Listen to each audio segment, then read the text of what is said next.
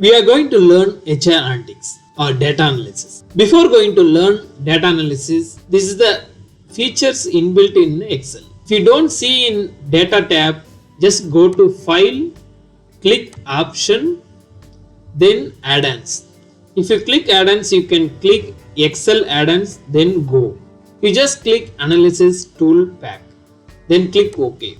You can see the tab analysis, data analysis. I'm clicking data analysis. You can see various data analysis, whatever the available in the Excel. You can see all the data analysis and statistics tools, whatever we are using.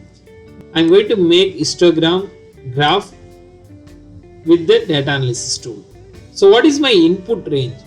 Input range sample, I'm taking the age. I'm just selecting the range between whatever age. What is the bin? This is the range. I'm just selecting the bin range. I selected. You can click, because we selected label also, you can click the label. Then where you want chart output also, then you click chart output or cumulative percentage, whatever you want you can click. Then new workbook. I'm just selecting new workbook and going to see what is the output. Here we go.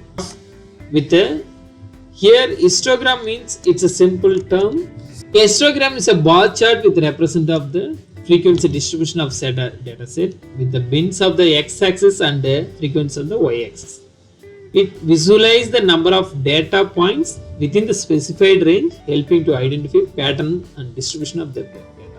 So easily you can identify where the major range of people, age people 30 to 35 people are high, and lower are we are getting the frequency very less.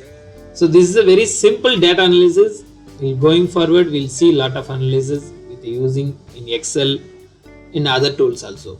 Thank you for watching. If you really this video helps you, means just share to your friends.